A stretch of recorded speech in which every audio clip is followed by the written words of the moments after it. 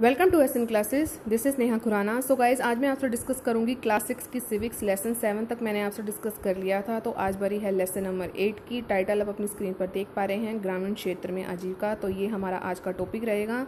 और वीडियो ज़रा सा भी आपको अच्छा लगे तो प्लीज़ लास्ट में लाइक, शेयर एंड सब्सक्राइब ज़रूर कीजिएगा। तो चलिए गाइज, आज की वीडियो हम शुरू करते हैं। गाइस, इस वीडियो में मैं आपको दो गांव के बारे में बताऊंगी। एक तो कलपट्टू गांव के बारे में बताऊंगी, एक पुदुपेट गांव के बारे में बताऊंगी। एनसीईआरटी में इन्हीं दोनों गांव के बारे में चर्चा की गई है। तो शुरू करते हैं कलपट्टू गांव से। देखिए, कलपट्टू गांव जो है गाइस, वो तमिलनाडु में समुद्र तट के पास एक गांव है, कलपट्टू गांव। यहाँ पर क्या क्या आपको मिलेगा? यहाँ पर आपको खेती करना, यहाँ पर जो लोग हैं वो खेती करते हैं, टोकरी बनाते हैं, बर्तन, घड़े, ईंट, बैलगाड़ी, ये सब यहाँ पर बनता है। कुछ लोग जो हैं वो नर्स हैं, शिक्षक हैं, धोबी हैं, बुनकर हैं, नाई हैं, साइकिल ठीक करने वाले भी मिल जाएंगे, लोहार के रूप में जो है अपनी सेवाएं जो हैं समाज को देते हैं। यहाँ की मुख्य गली में आपको छोटी छोटी दुकानें मिलेंगी, चाय, सब्जी, कपड़े। 2 दुकानें बीज की मिलेंगी, खाद की मिलेंगी। 4 दुकानें मिलेंगी आपको चाय की, जहाँ पर आपको टिफ़िन मिलेगा। अब टिफ़िन में आपको क्या मिलेगा? टिफ़िन में आपको गाइस मिलेगा हल्का फुल्का खाना, जो आप सुबह के नाश्ते में खा सकते हैं और शाम को जो की चाय होती है उसके साथ खा सकते हैं। यहाँ पर मैं एक एग्जांपल ले लेती हूँ, इडली सांभर। ठीक है, तो ये हल्का फुल्का खाना है, तो ये टिफ़िन में आपको मिलता है। गाइस, जो खेती की यहाँ पर मैंने आपसे बात करी है, जो प्रमुख है यहाँ पर, वो है धान की खेती। धान की खेती यहाँ पर जो है प्रमुख है। आम और नारियल के भी आपको यहाँ पर काफ़ी बाग मिल जाएंगे। ध्यान रखिए, बिल्कुल मेन पॉइंट्स ही मैंने इसमें आपसे डिस्कस की हैं। ऐसा कुछ नहीं है कि कुछ भी उठा के लिख दिया, ऐसा कुछ नहीं है। पैराग्राफ था, तो जो मेरे को मेन पॉइंट लगे मैंने वही आपको बता रही हूँ, और यही आपको याद रखना है इस चैप्टर से रिलेटेड। ओके, कपास, गन्ना और केला भी क्या यहाँ पर उगाया जाता है। ओके गाइस, हमारे देश में ग्रामीण परिवारों में से करीब 40% जो हैं खेतीहर मजदूर हैं। कुछ के पास ज़मीन के बहुत ही छोटे छोटे टुकड़े हैं और कुछ जो हैं वो भूमिहीन हैं। बिल्कुल 40% बहुत बड़ा रेशो है, कहिए तो बहुत बड़ा रेशो है ये। और ये 40% है खेतीहर मजदूर हैं, उनके पास कुछ भी नहीं है। आप एक तरह कहें कि वो भूमिहीन हैं। काम के लिए क्या करते हैं? पलायन भी करते हैं, लेकिन विशेष मौसमों में ही ये पलायन हो पाता है। अगर मान लीजिए कि किसी दूसरी जगह पर उनको कोई काम मिल रहा है तो वो विशेष मौसम में ही होगा। ऐसे नहीं है कि हर मौसम में उनको वो काम मिल जाएगा जिसके लिए वो एक जगह से दूसरी जगह पर जा रहे हैं। और गाइस, जो ये 40% जो खेतीहर मजदूर हैं ना, इनकी जो कंडीशन है बहुत ज़्यादा बुरी होती है। कभी कभी तो खाने के भी लाले पड़ जाते हैं। ओके, भारत में प्रत्येक 5 ग्रामीण परिवारों में से लगभग 2 परिवार जो होंगे वो खेतीहर मजदूर होंगे। ठीक है, तो 5 में से आप 2 अंदाज़ा लगाइए कि 2 कितना बड़ा रेशियो होगा। ठीक है, तो आप अंदाज़ा लगा सकते हैं कितनी बड़ी पॉपुलेशन में से मैंने ये आपको बताया कि इन्होंने जस्ट एक एग्जांपल दिए कि 5 में से सिर्फ 2 यानी कि 3 हैं जिनके पास अपने अपने खेत भी हैं।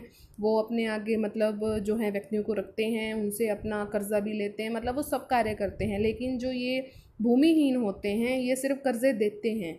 ठीक है, इनके पास ऐसा कुछ भी नहीं है। और अगर मान लीजिए इनके पास कोई खेती का काम नहीं है तो ये पलायन भी करते हैं। तो ये खर्चा कैसे निकालते हैं सिर्फ यही जान सकते हैं। 80% जो किसान हैं गाइस, जो 80% किसान हैं, उनके पास जो है खेत के बहुत छोटे छोटे टुकड़े आपको मिल जाएंगे। 20% जो किसान हैं जो बड़े किसानों की श्रेणी में आते हैं, यानी कि इनके पास अपने खेत होंगे, अपनी भूमि होगी, दूसरे व्यक्तियों को ये कार्य देते होंगे कि हाँ हमारी खेती पर कार्य, मतलब हमारे खेत पर कार्य करिए, खेती करिए, फिर उनको वो मजदूरी देते होंगे। कुछ ऐसा होता होगा, कोई उनकी फाउंडेशन होती होगी, कुछ उनको ज़रूरतें होंगी, वो अपना उससे कर्जा भी लेते होंगे, फिर उन कर्ज़ों को उतारने के लिए ब्याज भी देते होंगे। तो आप समझ पा रहे होंगे 20% किसान ही ऐसा कर सकते हैं। जो 80% बहुत बड़ा रेशो है, उनके पास छोटे छोटे टुकड़े हैं खेत के, और उसमें भी वो कर्जा ही लेते हैं। एक तरह से उनके पास इतना पैसा नहीं होता कि वो उसमें अपना पैसा लगाएं। और कुछ ऐसे होंगे कि जिनके पास ये भी नहीं है, वो भूमिहीन है। जो बड़े किसान होते हैं गाइस, उनकी जो उपज का बहुत बड़ा जो भाग होता है ना, वो बाज़ार में बेचा जाता है। ये जो काम कर सकते हैं, ये 20% जो किसान है सिर्फ यही कर सकते हैं। और उनको और क्या काम हो सकता है कि वो अन्य जो काम धंधे हैं उनको भी वो शुरू कर सकते हैं, क्योंकि उनके पास भूमि होती है, उनके पास पैसा होता है। तो वो अन्य काम जो है एनसीईआरटी में बताए गए हैं, दुकान चलाना, सूद पर पैसा देना और छोटी छोटी फैक्ट्री चलाना। तो ये अन्य काम भी जो है बड़े किसान करते हैं। जो 20% है, 80% सिर्फ और सिर्फ क्या करते हैं? ब्याज देखिए भरते रहते हैं।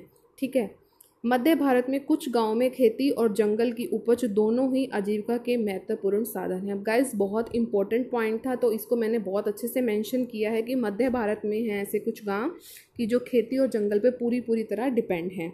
महुआ बीनने, तेंदू के पत्ते इकट्ठा करने, शहद निकालने, इन्हें व्यापारियों को बेचने जैसे काम अतिरिक्त आय में क्या करता है, मदद करता है। तो ये जो गाइस आपको मैंने काम बताए हैं, ये आपको काम क्या है याद रखने हैं। सहकारी समिति होती हैं, उनको पास के शहर के लोगों को दूध बेचना भी कई लोगों के लिए आजीविका कमाने का क्या है, मुख्य साधन है।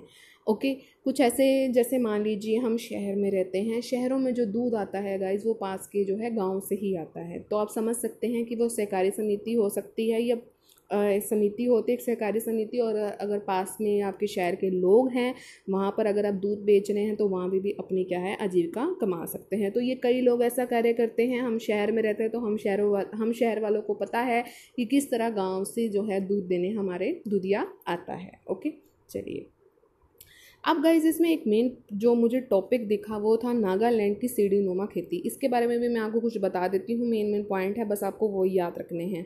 अब जो ये सीढ़ी नुमा खेती है गाइस, ये गांव में है। अब गांव का नाम क्या है, चिजामी है। ठीक है, चिजामी नागालैंड के ये फेक जिला में है चिजामी। ओके, इस गांव में रहने वाले लोग जो हैं चखे संघ समुदाय के हैं।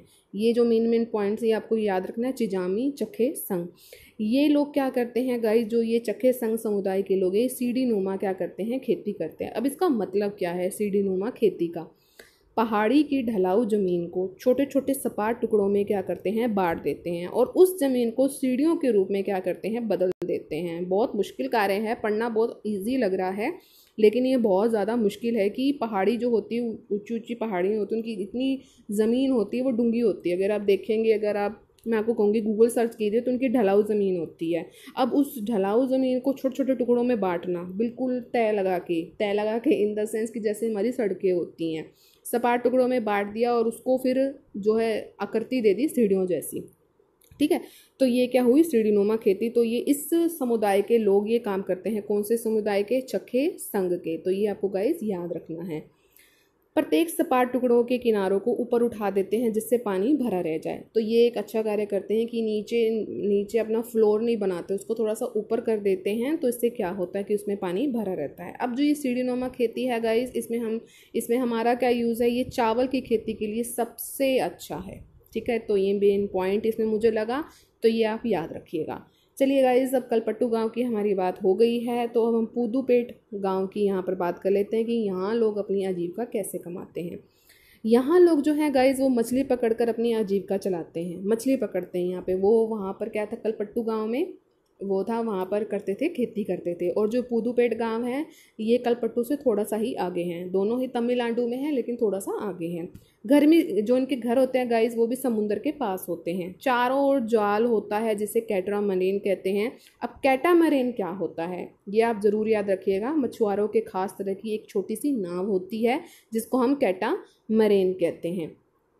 मानसून के दौरान करीब 4 महीने मछलियों को पकड़ने के लिए समुद्र में नहीं जा पाते हैं। ऐसा क्यों होता है कि वो समुद्र में नहीं जा पाते हैं, क्योंकि मछलियों के प्रजनन का यहाँ पर समय होता है।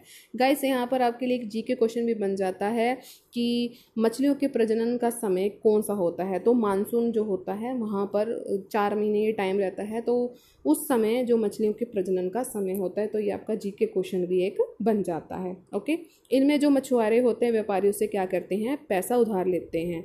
अब जैसे मान लीजिए कि 4 महीने हैं, 4 महीने तो वो मछली पकड़ नहीं सकते हैं, तो वो क्या करेंगे, तो जो व्यापारी होते हैं तो व्यापारियों से वो क्या करते हैं, पैसे को उधार ले लेते हैं और अपना जीवन यापन करते हैं, जो 4 महीने काम नहीं कर पाते हैं।